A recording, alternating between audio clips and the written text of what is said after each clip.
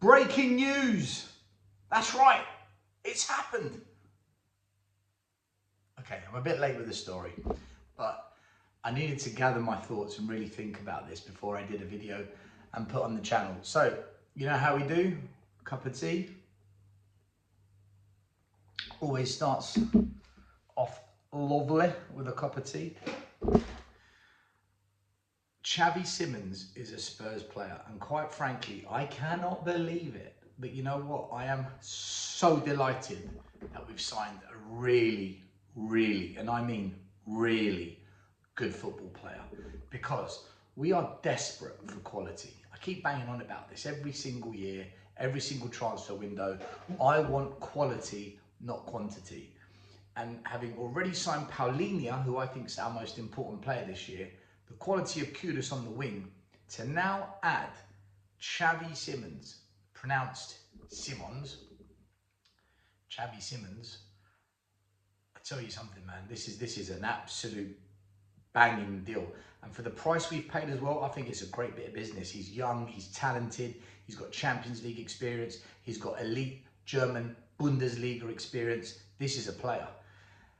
And I want to talk about Xavi Simons and why I believe he's a really, good player. So, excuse me if I look down, but I made notes because I had to watch him several times to really understand what kind of player we've got here.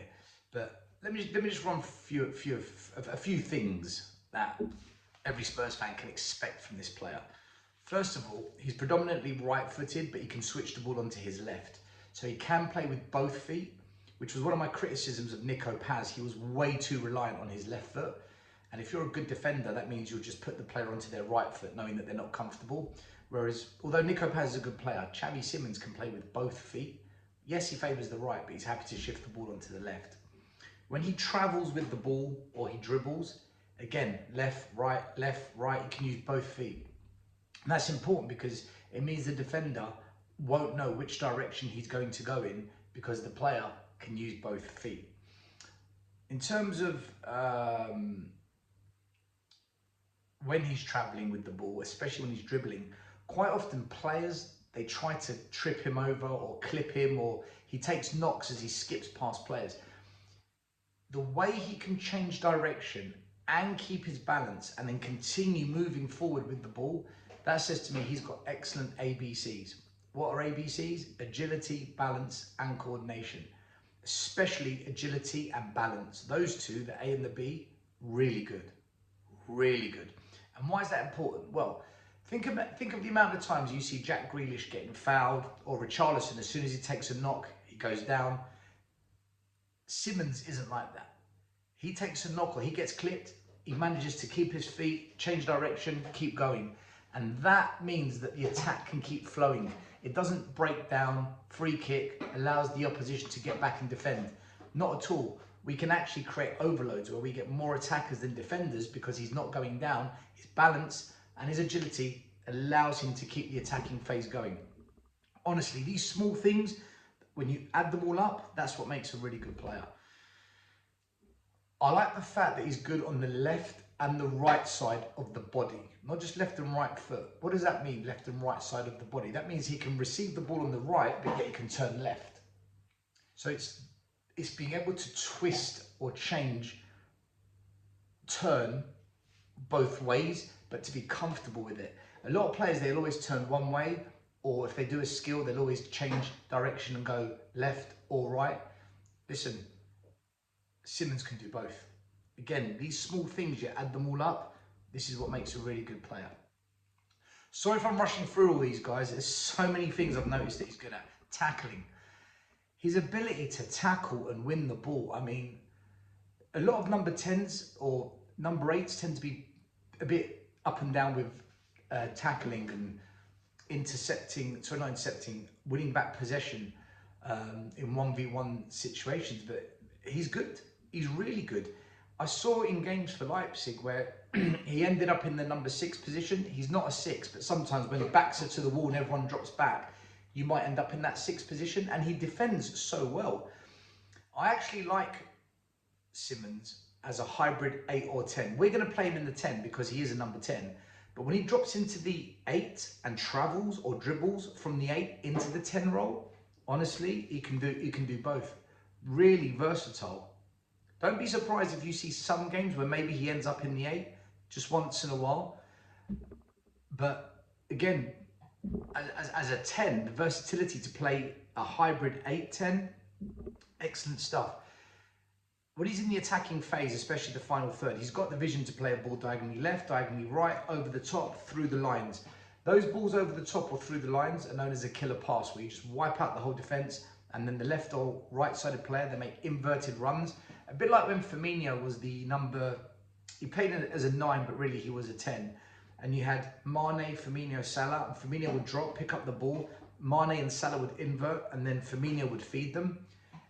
Expect that from Simmons, where he just feeds those balls in, and he's very, very, very good at it. Let me just say that one more time. Very good at it. His first touch isn't often just to control the ball, but his first touch is to knock it in a direction and beat the oncoming defender.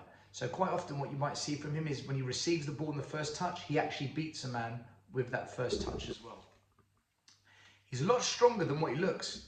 His body frame is similar to Matthias Tell, but Matthias Tell gets knocked around quite easily. Whereas Simmons, from what I saw watching him, he's physically stronger than what his body frame looks. So I expect a level of aggression and physicality in his play, which aligns with what Thomas Frank wants. Because if you have noticed under Frank, we look a bit more powerful, a bit more aggressive, a bit more stronger, and we've signed players that have that physicality, Paulinho and Kudus. So he's stronger than what his body frame suggests. Again, another good quality, especially in the Premier League, which we know is a very physical league.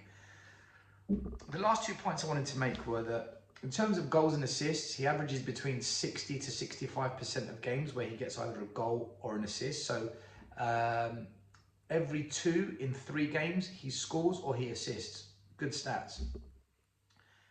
And look, he's 22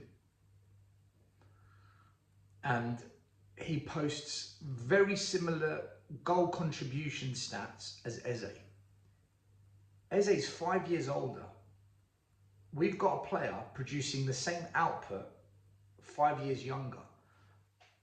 What kind of a player are we going to have when this kid, well, he's not a kid, he's a young man, when he becomes 24, 25, 26? I think this is a better signing for Spurs. We know Eze's Premier League proven, and we know that he's a really good player. There's no doubt Eze's a top player, and I would have loved him at Spurs. But I actually think, and I'm not just saying this because I'm a Spurs fan, I actually think this is a better deal for us.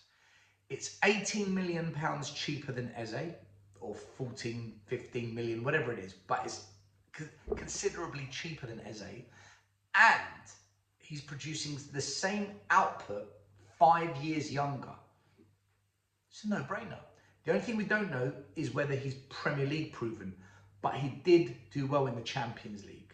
So that gives us an indication that, you know what, give him a little bit of time to adjust and I think he'll be all right. Listen, guys, I'm buzzing. I'm so happy we've signed him. I never thought for 1 second we signed him because I just didn't believe Spurs were going to get any more decent deals over the line. And do you know what, guys? I'm happy to hold up my hands and say, I got it wrong.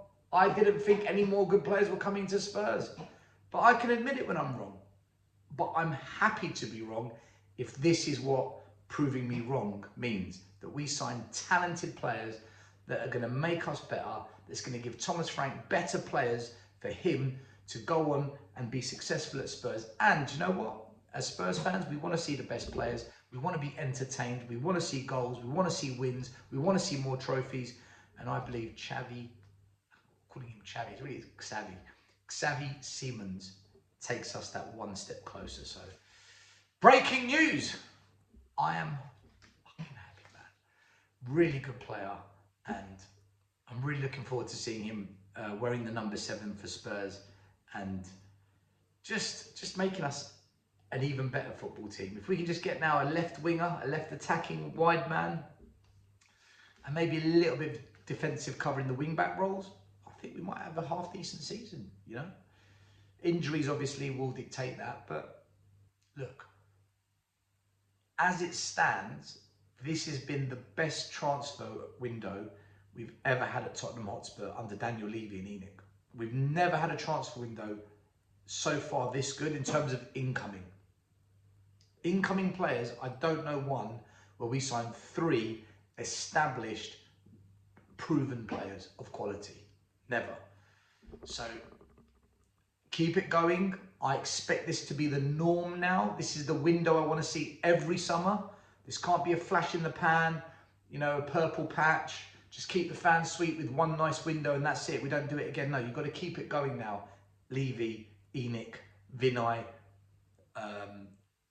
Lange, whoever's in charge, we don't even know. We throw these names out thinking one of them's got to be in charge, right? But yeah, Spurs fans, you should be excited too about this. He's a really good player. I've coached for 12 years. I used to be a scout as well. When I do my homework on a player, I do my homework. This is a player. Mark my words, this is a player. Might need a little bit of adjustment time. That's normal. But when it clicks, when this boy lands, boom, he's going to be good for us. Very, very good. So, bring on Bournemouth. Cup of jar.